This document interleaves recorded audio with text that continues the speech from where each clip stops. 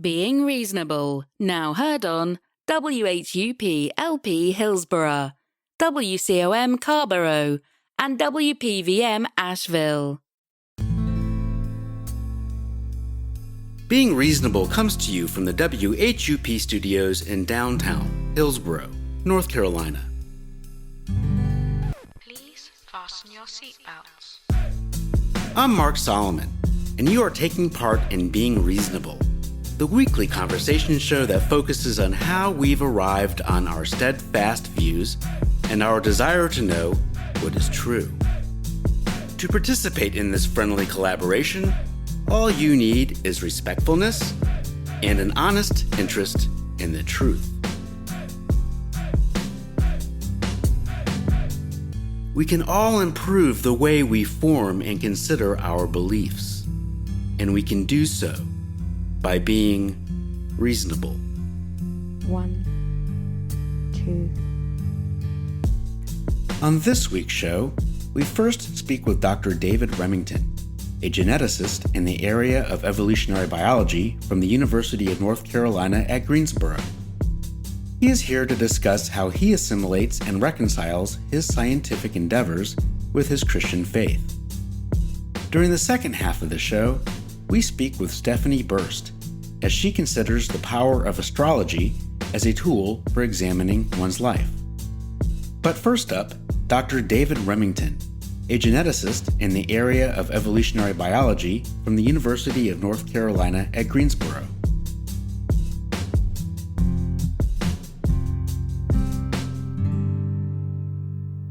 Hi, David. Nice to meet you. Good to meet you. Do you happen to have a belief you wish to discuss? Yeah, I guess it's sort of a twofold thing that I'd like to talk about. First of all, I'm a scientist and teacher in evolutionary biology. I do research in that area. And I'm also very much a practicing Christian, which is, and in a lot of people's minds, evolutionary biologist is probably just about the worst thing a Christian could ever be. Got involved in helping lead a series of discussions at our church recently on science and faith, and got me to thinking a little bit more about how these things intersect in my own life. So, how does one hold evolutionary biology and a religious tradition together? Well, for me, I just see those as dealing with two totally different things. Science is about systematically trying to understand how nature operates, and I'm quite confident that there are natural processes that explain pretty much everything we see in nature, including a lot of aspects of human nature and, of course, human origins. I see my faith as being about calling. For me, religion isn't an alternative explanation for why things in the world are what they are, but it's about what our life is about, what our commitments are, what our calling is. So I see those as two things that are side by side in reality as I see it. Trying to understand the belief you're presenting, yeah. I'm just trying to encapsulate it. Is the belief what you are presenting, evolutionary biology or science and religion go together because they answer different questions or they work in different manners? Yeah, they answer different kinds of questions, I think. I don't know if I look at religion so much in terms of answering questions, but being about who we are, who we're called to be as people and as a society. It's something that's outside of empirically trying to understand what's going on in nature. Why are those questions outside of science? Well, if you look at the decisions we make in life about the things that are important to us, where we're going to go to school, what we're going to do for a career, who we're going to marry, whether or not we're going to have children, to the extent we make decisions on that, there's not a lot of empirical logic that goes into that. It's just who we are and how life unfolds.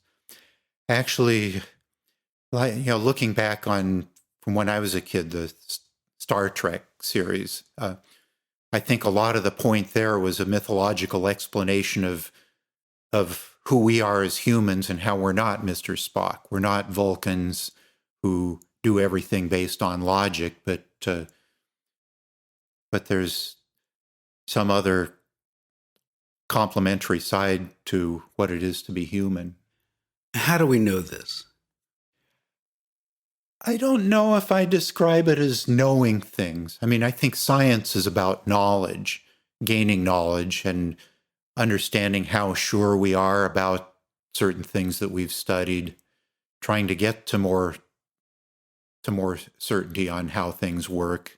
I think a lot of times faith is what grabs us. I hate to use the word resonate because I think it's suddenly become overused in society, but perhaps it is the things that resonate with us, the things that make sense, that define who we see ourselves as people, how we look at society, what our dreams are for the part of the world we shape. I guess maybe where I'm confused a little bit is that science is just a means of investigation. It's just a way of assessing aspects of the world and whether they conform to reality. Why would the other questions necessarily fall out of that way of reasoning? I don't know if I'm trying to say they're totally separate. I mean, I think what I talked about in this series we did for our church, at some point, and there are scientists trying to do this, understand what the neurochemical basis is for the emotions we have, why, for what love is, and what's going on biochemically, and what things in our evolutionary history have shaped that. We might find those things, certainly confident that those explanations at least exist. Some will be harder to find than others. But if we find those things, it isn't going to take away our need for purposefulness in our life, our need for conviction, our need to sense that we have a reason for being here. But I see my faith as something that speaks to my responsibilities as a person and to who I am in a way that is not terribly informed by my science. You're saying that faith is answering questions of meaning and purpose. Isn't there an unquestioned assumption that there is a reason and purpose? Yes, certainly. I think that's the point of faith is taking that need and saying there's something higher, something beyond us that brings that to us. I mean, the reason I'm a Christian is frankly because I find the perspective Jesus offers on who God is, who we are, what God is like, to be just extremely compelling for me. And that's something that came to me pretty much outside of science. It was something that just spoke to me. It started when I was a teenager, that I realized I was somebody who needed to be forgiven for things I had done. I needed to be accepted for who I was. Ultimately came around to seeing the point of my life really to show those same characteristics to others. So it seems like these beliefs and your faith have had positive effects in your life. Is it possible to gain a benefit from a belief, even if that belief doesn't happen to be true? That's a good question. I think back to what the Apostle Paul said in talking about the resurrection. That if Jesus didn't rise from the dead and that doesn't say anything about our fate, then we're of all people the most to be pitied because our faith hangs on something that isn't true. And as much as I would normally agree that, yeah, this is not a matter of proof, there's something very compelling about it. Look at the origins of my faith. It's in people that were convinced of something they experienced of Jesus that really went and changed the world based on that, not out of zealotry, not out of fanaticism, but out of just this joyous conviction that they'd met Jesus, that Jesus was still present with them and giving them great power to love people and reach out to people and build a society with people who were very different from themselves. Oh, so I understand this is very compelling for you. This belief seems to be a bedrock from how you function in this world. But if you were wrong about this belief, how would you know it? I probably wouldn't. And I mean, if I were asked to rate my certainty of this, I'd have a hard time doing it. Pastor I once knew once said in a sermon that the opposite of faith isn't doubt. The opposite of faith is certainty. So in a sense, in that empirical sense, it really is something that's just on a different dimension than something that we can see as empirical fact, as empirical truth. That yeah, I don't know. I never will know if there is something beyond this life when I die, or if eternity is when we're about to pass away and we look back on our lives, we see that we left things better than we found them. We did some good in the world. We experienced forgiveness for the things we did that were bad in the world. We were gracious toward others. Those things are important to me. And I think, and I believe they stem from my faith. You said that you're not entirely sure how confident you are of this belief, but a related question might be, how important is truth to you? So the word truth is an interesting word, especially in this day and age. So there's truth. Well, how important is it in believing in things that are true? So in the sense of belief, so that's sort of this capital T truth. That's, again, to me, it's in a little bit different dimension than something that we're empirically very confident of. A lot of the things I do in my research, the reality of evolutionary explanations for how we got here, I would say is at that level of certainty. I think the kind of truth that's related to faith is capital T truth isn't so much about empirical certainty, but it's about conviction. It's about what we find to be important for us as people. Well, don't truths need to be factually accurate to be truths? Well, it depends on which type of truth it is. I mean, I think if a politician wants to get up and say that this happened, I did this, we should expect them to be telling us things that are factually true. And if I dare say, we've seemed to have gotten away from that these days. People seem to think they can have their own facts. I think those kinds of things we should pursue the truth. Maybe I'm confused about what you mean as truth then. So on the faith side of things, I think truth, it's things that we find compelling, that shape how we live, that shape how we look at society, shape our motivations. Truth is something that I think draws us toward a higher calling in our lives. Let's say someone is sitting next to you and his name is Jimmy. Jimmy practices voodoo. And Jimmy says, I believe in voodoo. I find voodoo compelling in the sense that there's a truth to voodoo, a compelling truth, the way I think you're describing it. And I believe that by putting pins in dolls, I'm just trying to think of an example, that I can learn to be a better person, to leave this place better than I found it. How could we distinguish between Jimmy's belief in voodoo, if that's the case, between your belief?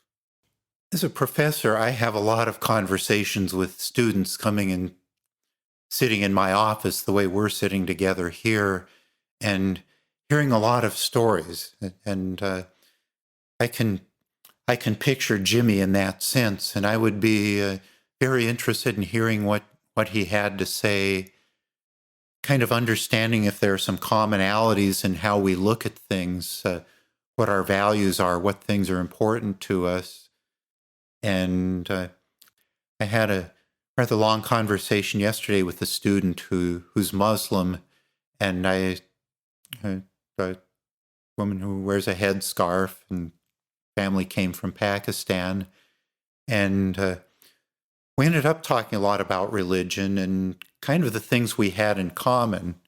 And one thing I think we both shared is sometimes we feel a lot more in common with people who have totally different religions, but derive the same sort of personal motivations out of that, to step outside their comfort zone, to have compassion for one another, to listen to one another, versus people who share our own faith but really seem to draw some really different priorities out of it.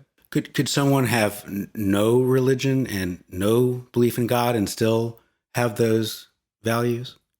Yeah, certainly I believe so. I know people who are, I don't know how to put it, devout atheists, and I appreciate their honesty about it. I can very much appreciate where they're coming from, and I'm interested in, okay, what their motivations are. And a lot of times I hear them saying, I don't need a religion to tell me we need to seek a more just society. And I would feel like I have a lot in common with them. And again, going back to my understanding of Jesus, he was always in trouble with the religious people around him because he was willing to accept the fact that that people who weren't Jewish, that people from different cultures, people who didn't believe what he and his countrymen believed, that were doing the right thing, that were compassionate toward others. I think of the Good Samaritan, that they were a lot closer to the truth than religious people who were using their faith mostly to put down others who weren't like them. But if there are those who don't have any faith, have values that you have expressed, and there are people who have faith, who have these values that you express, what is the point of the faith? I think for me, I think the point of the faith is it gives me a broader perspective that can embrace people that come from all these different perspectives. It's not to say whether I'm right versus and that they're wrong. It gives me a framework for looking at the commonality I might have with those people, for trying to develop those bridges. How does faith give that to you? Where's that coming from? I guess for me it comes from the way I perceive Jesus. And where does your conception of Jesus come from? I think, from doing a lot of reading of the Bible, hearing it proclaimed, hearing Christianity from a bunch of different perspectives, kind of weighing those. And in your study of the Bible, do you come across things that you don't agree with as well? Yes, a particular part of the faith tradition I'm part of takes the Bible very seriously, but doesn't necessarily take it as something that God dictated and this is the truth. But it comes more out of people, the experience of the people who wrote that, their perceptions of God. There's some parts of that I find very disturbing. The people of Israel coming out of slavery and then basically suggestion is practiced genocide on the Canaanites that were living in the land. I find that disturbing. I find the passages that call for stoning homosexuals very disturbing. If there are passages in the Bible that seem to be forming your beliefs, and some you agree with and others you don't, how are you deciding which passages to follow and keep and which to set aside? Yeah, that's a good question. And I know there are some Christians who would criticize everything I'm saying about that for exactly that reason. If you don't take the whole Bible as being inerrant, then you're the one that's deciding. You're making yourself God. But we're also told that God made us in God's likeness, which a lot of that has to do with having a mind, being able to perceive right and wrong. I guess maybe where I'm a little confused, and you can help me here, is that I think you're telling me that your faith ultimately stems from the Bible, and there are certain things you agree about the Bible and certain things you don't. And the reason why you can do that is because of your religious tradition, which stems from the Bible. See what I'm saying? So, yeah, I'm being tautological. I think in areas of faith, it's maybe a little bit hard not to be a little bit circular in our thinking, that there's some internally consistent thing that we find is compelling. We can't necessarily go far outside of that for proof of it. You know, if the criticism is I would take the things out of the Bible I like, that fit my presuppositions, that make me comfortable, and reject the things that make me uncomfortable. Some of the things I find most compelling are things that really make me very uncomfortable as a person.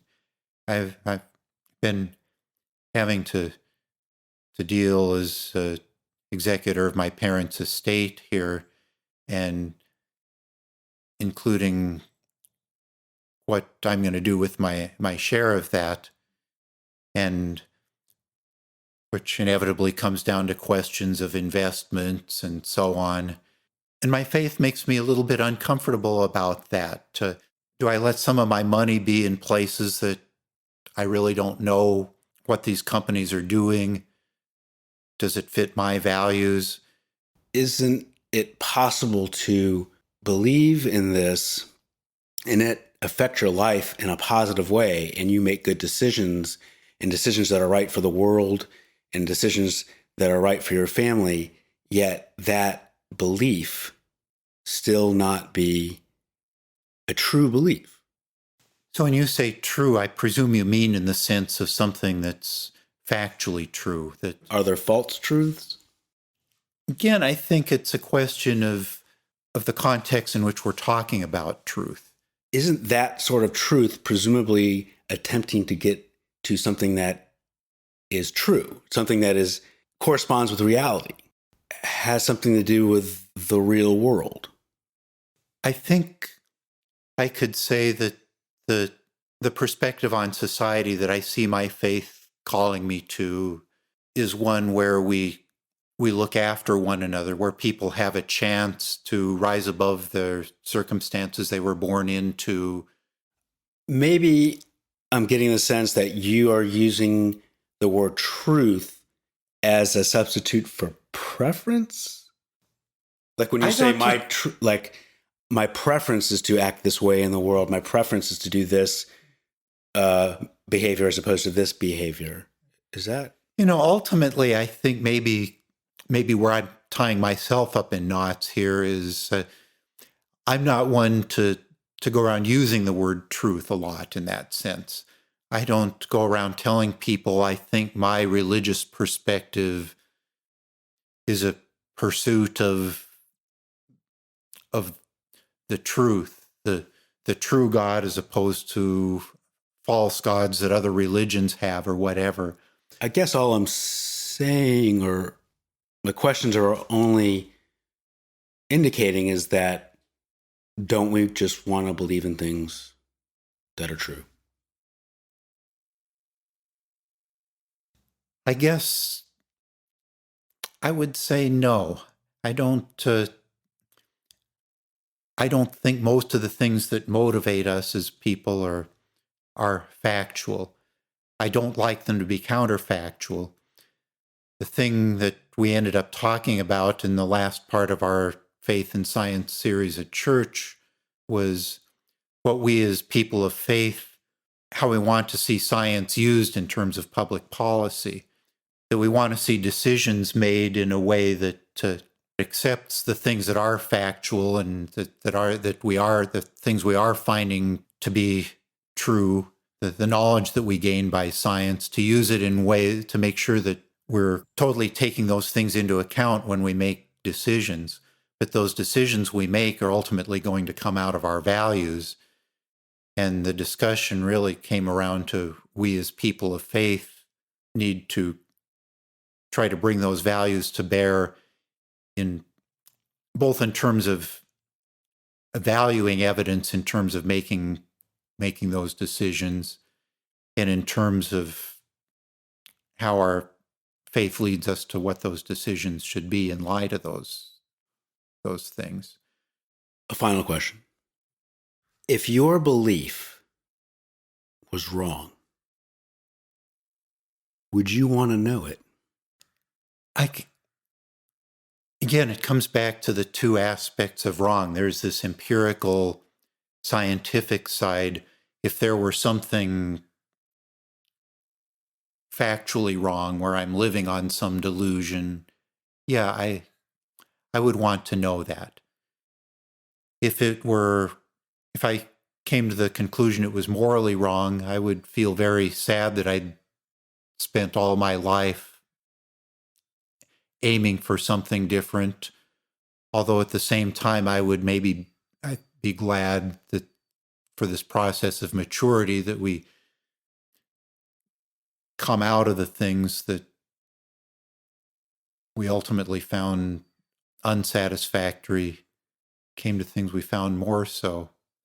In fact, I think I take what I just said back a little bit. I mean, there are things I regret about my attitudes earlier in life when some of my religion was had a little more zealotry to it. I've come beyond that. I regret the points of view I had and some of the things I said to people at a time when I was much more dogmatic about my beliefs. I'm also glad, though, that I had those because it gives me a perspective. I can see another side to things, and I can understand more about where other people are coming from because of it.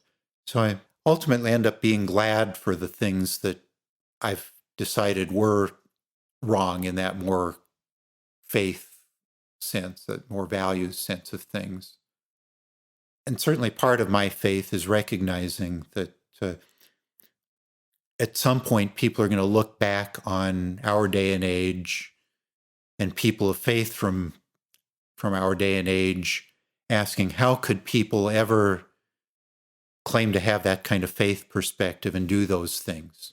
In our case, maybe it will be ruining the Earth's climate, but I also hope there will be grace for the decisions we made and that I can have grace toward the decisions other people make that might be different from mine. So, yes, I would like to know if the things I'm acting on now are wrong in that sense, aren't doing the things I should be doing to try to make the world a better place. I hope I have a degree of humility about that, probably not nearly enough.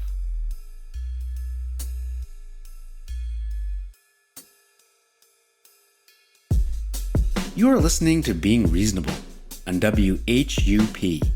Stephanie Berst discusses the power of astrology as a tool for examining one's life after this short break.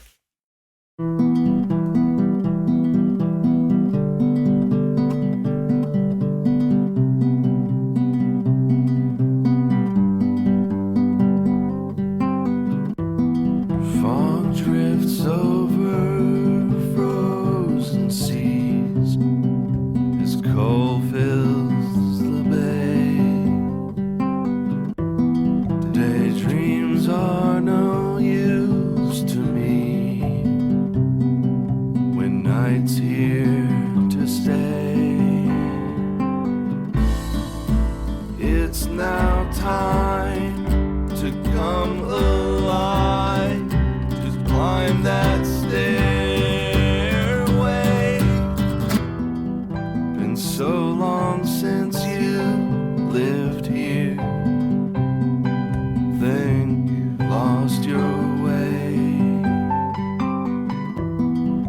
You said that we'd meet again on some sunlit day. Soon it's time come alive, to climb that stairway. Now that I'm here with you, my friend, it's spring again. So now that I'm here with you, my friend, it's spring again.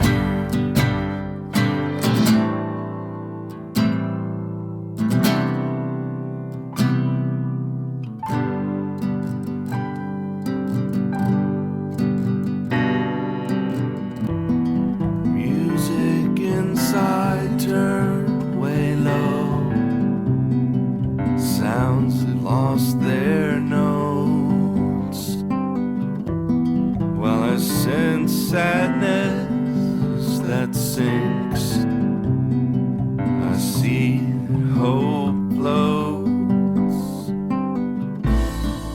Soon it's time to come alive, to climb that stairway. Now that I'm here with you, my friend, it's spring again. Now that I'm here with you, my friend, it's spring again. Now that the snow's truly melting, it's spring again. Now that I'm here with you, my friend, it's spring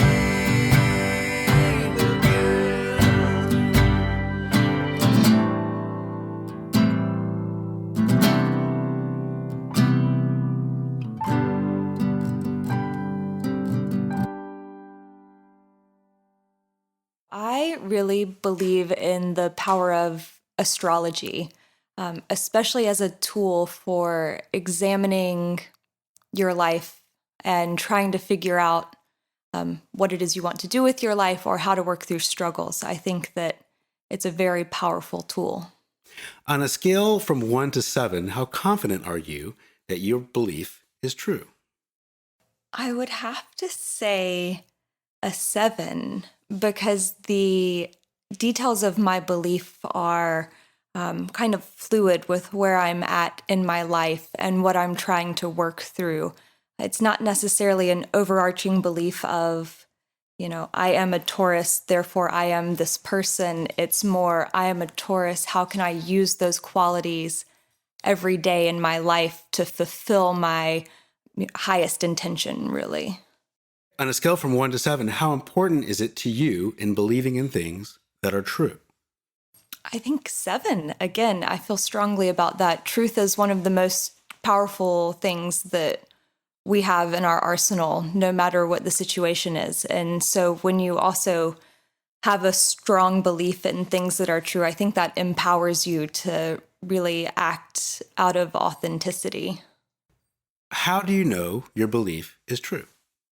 Because I believe it. I mean, to me, that's what faith is. I grew up very Catholic, and I'm grateful for that because it taught me a lot about faith and religion. And I think the most important lesson I got from it is that faith is that feeling when you believe something is true. So faith is that feeling when you believe something is true. Right. And, if you don't believe it's true, then you probably don't really believe it. So that kind of goes hand in hand, is that, for a belief to be a valid one, you have to believe it's true, right? That's a great question. Can we believe in things that are true, and can we believe in things that are not true?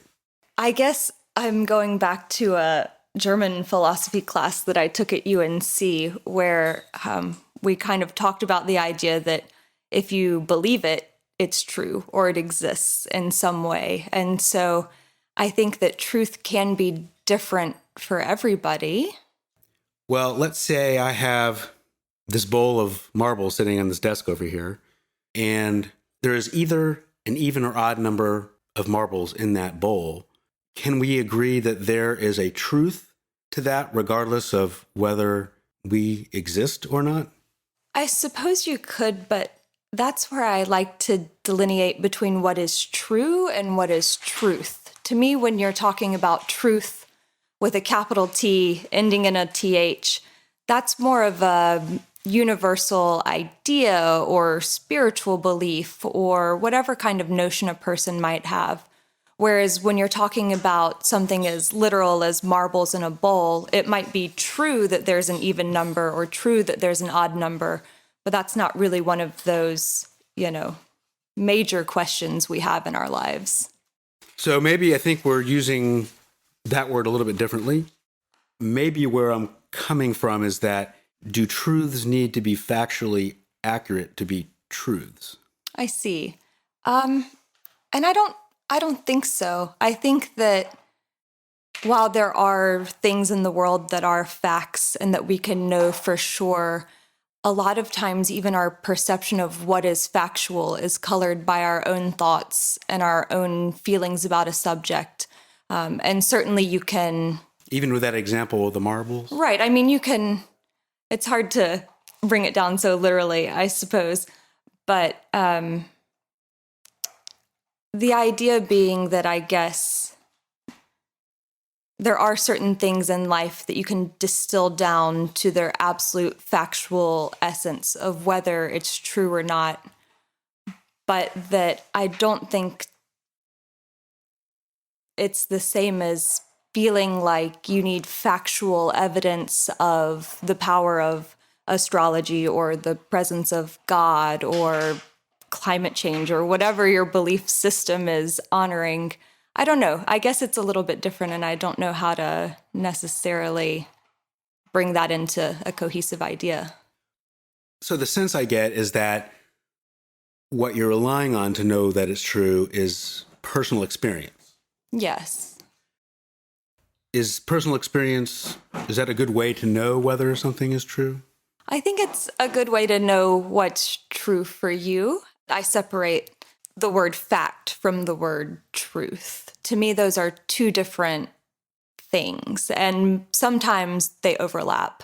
Sometimes it is a fact that, the sky is blue, and there's truth to that. There's a universal understanding about that for most people, but something about the truth of believing in a higher power or a system of beliefs don't necessarily need to be factually represented in order for them to be true for a person. So when I said on a scale from 1 to 7, how important is it to you in believing in things that are true, you take that as meaning true to me and not necessarily meaning true as in factually true. Absolutely. I think if you ask the question how important it is for me to believe in something to know that it's factually true, I would say 0, really. I think that the power of belief doesn't have to be limited to what's factual, and sometimes that's for the worse, and sometimes that's okay, too. In the case of astrology, do we care whether it's factually correct? I don't personally, and I think it depends on how you approach astrology. There are certainly a lot of people who use it very seriously as a predictive tool that can tell you so many things about your life, including when you're going to get in a car accident or when your grandmother's going to die. But that's not my personal experience with astrology. I use astrology more as a lens through which I can focus my own personal intention. And so for me, there's no, oh, my grandmother's going to die January of 2020. It's more, how do I relate to a matriarch in my family? What will happen when we lose our matriarch? I can kind of look at my own planetary placements and see what help I might need to deal with that. And so for me, the truth in astrology, I think that's why it's so personal, is because You're coming from your own experience, which only you can really know, and you're relating it to your ideas and your thoughts and your emotions and how you can use those to develop as a person. So in that case, I think that facts are fairly irrelevant because we, even our own memories are faulty. We don't remember the facts of our own childhood correctly oftentimes. And so it's more about the experience that you're coming from. So should one believe in something and derive benefit from that thing, even if that thing, that belief, is false? I think it's a tough question because certainly you could pull it to extremes that make that a very negative thing to do. But I think for most people, absolutely. When I was 11 and Harry Potter came out, I believed in that so strongly. And for 8 years, those were important books to me that helped shape kind of how I was reacting to things and how I was dealing with. And it's obviously a totally fictional world, but my belief in the power of that story helped me through, adolescence. Let's say I believe Frank Sinatra is a god, a literal god, right? I believe it. It's true to me. It benefits my life. I don't care if it's factually correct or not. It's my truth. Is there a harm if we're all walking around with our own truths that don't map on to other people's truths? I don't think there's anything inherently wrong with that. I think if Frank Sinatra is your higher power, then that's awesome. It's good that you've found something to connect so strongly to. Where it gets difficult is the question of whether there's any harm, because that's where we get into this difficulty of believing your own truth and doing what you think is right versus living in a society with specific constructs of behavior and expectations. And so it's hard to say for each individual because obviously if you replace Frank Sinatra here with, something like the Ku Klux Klan, that becomes problematic. What is astrology and how does it work? Ooh, that's probably a question for someone much more literate in astrology than I am. But at its very basis, astrology is studying the stars, not astronomy, which is the scientific study of stars, but it's more of a spiritual study of the stars. There's an important belief within astrology that's simplified to be as above, so below. And the idea is that by studying the cosmos, and specifically these narratives that are playing out in the cosmos, we can understand our own inner universe.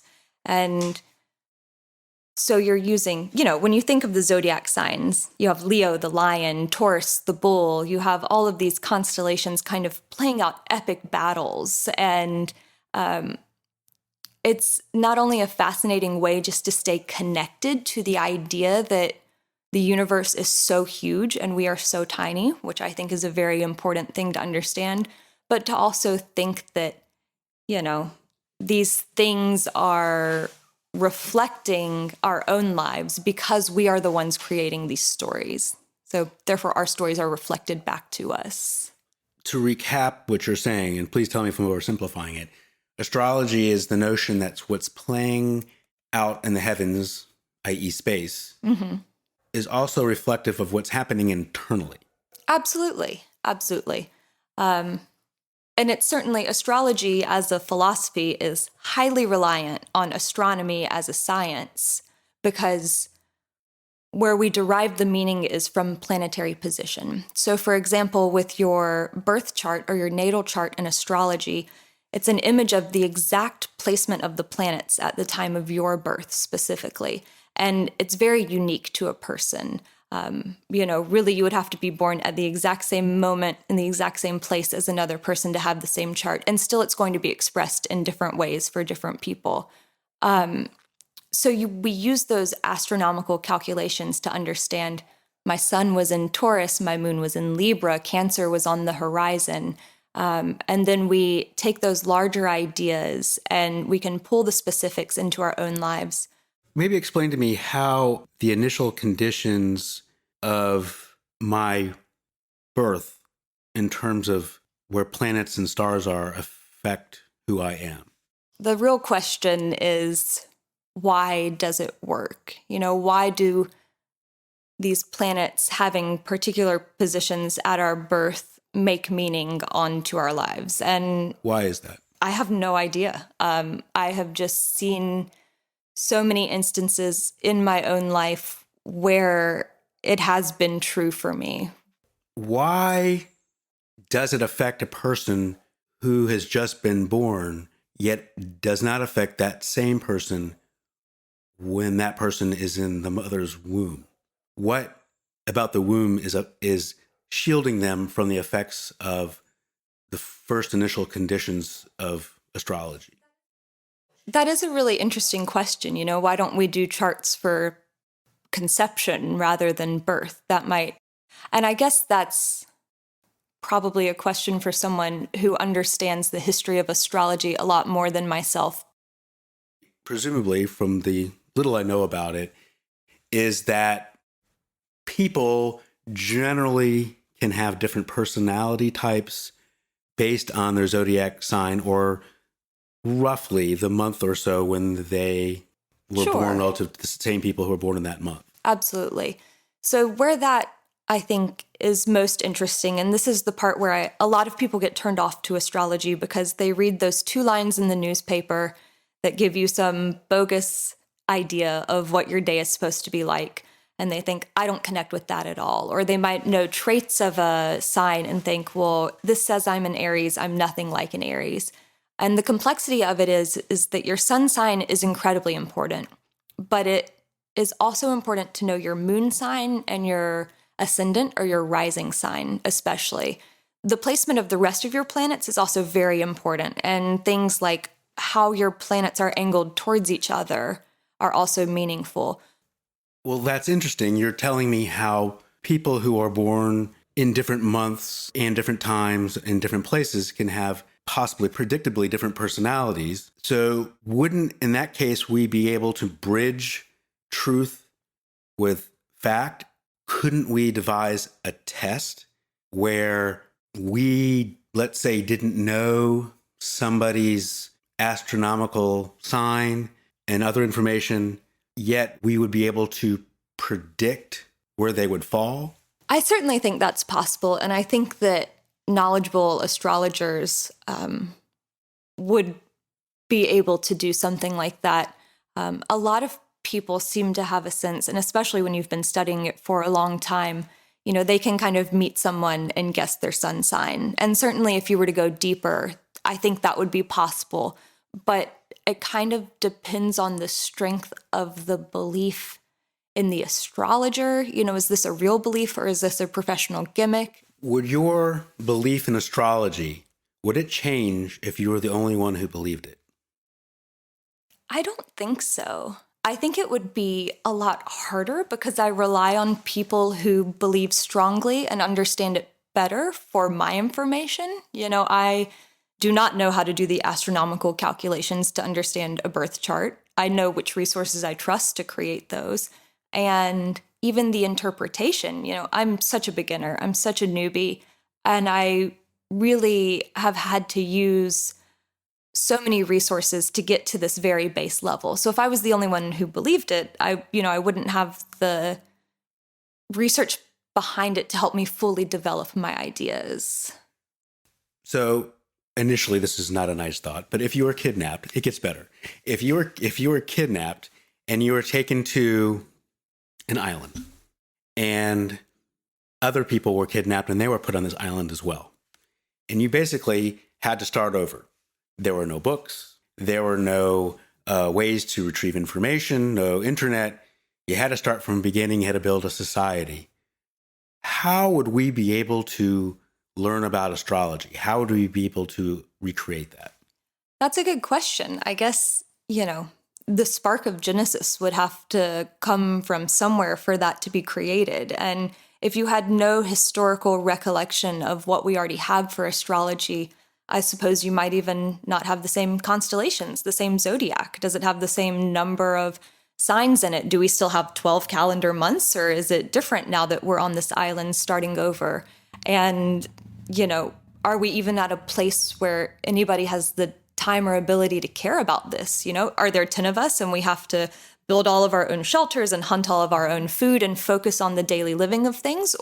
And once that's done, right, I would want to know would astrology be created again in its similar form, or would it be created at all? Or I think that some version of astrology would be recreated. And I say that because, forgive me, I don't know enough about the historical trade routes and how these things developed and when, but I just see that, the Greeks had their own version of astrology. The Romans had versions of this. The Chinese have it.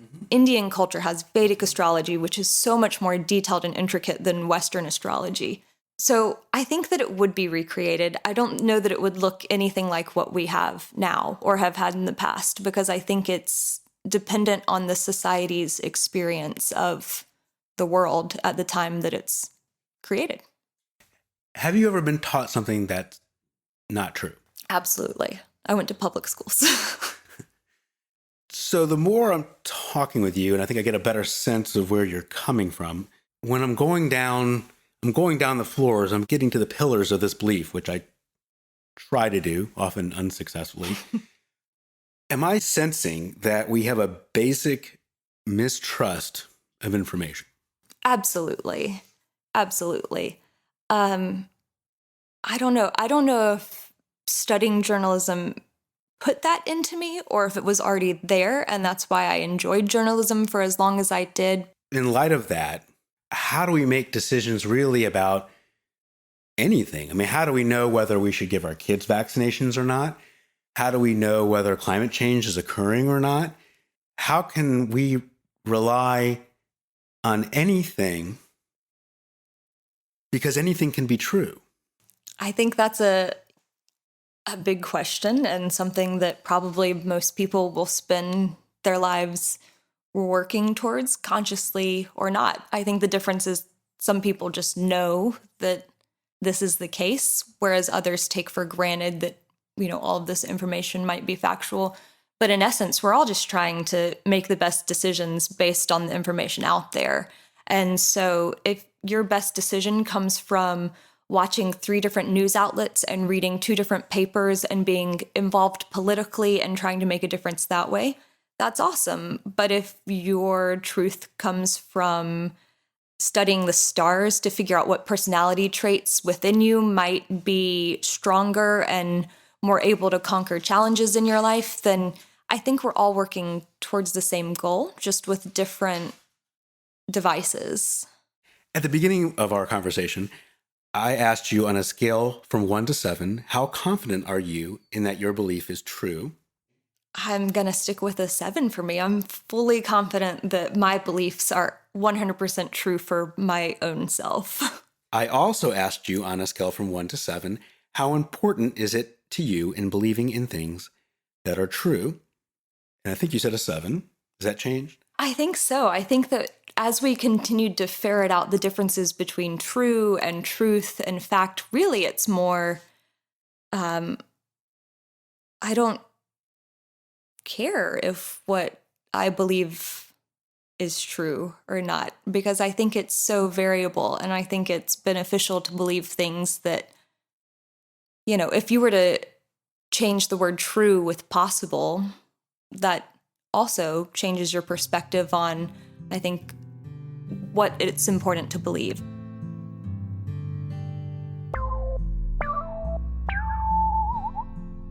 From the WHUP studios in downtown Hillsborough, North Carolina, I'm Mark Solomon, and you've just listened to another episode of Being Reasonable. Questions? Thoughts?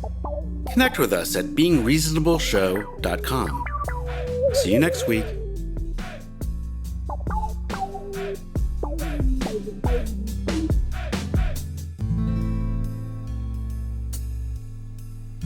You can't fake the funk.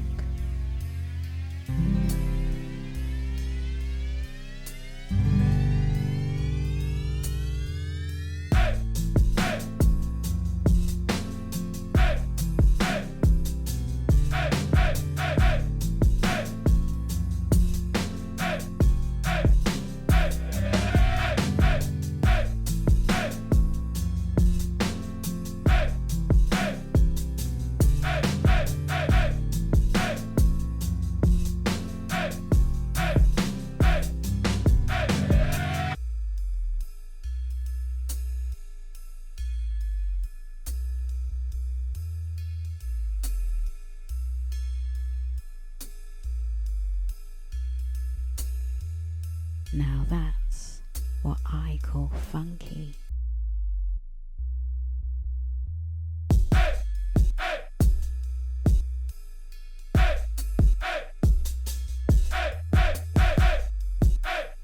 Enjoy the funk.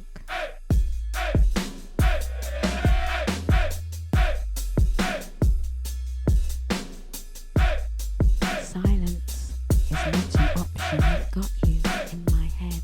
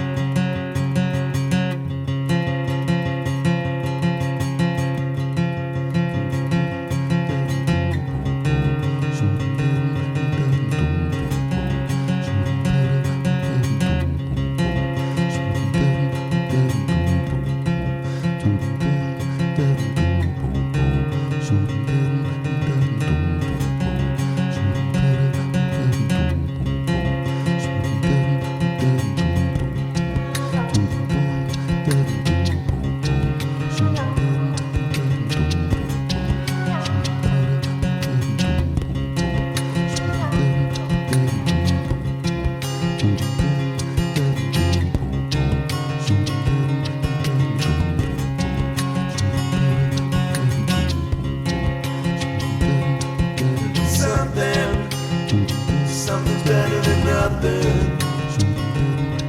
'Cause nothing is what something used to be. Guess it's better than something. Something's better than nothing. 'Cause nothing is what something used to be. Guess it's better than something. Something's better than nothing. 'Cause nothing is what something used to be. Guess it's better than something. Something's better than nothing. 'Cause nothing is what something used to be. Yeah.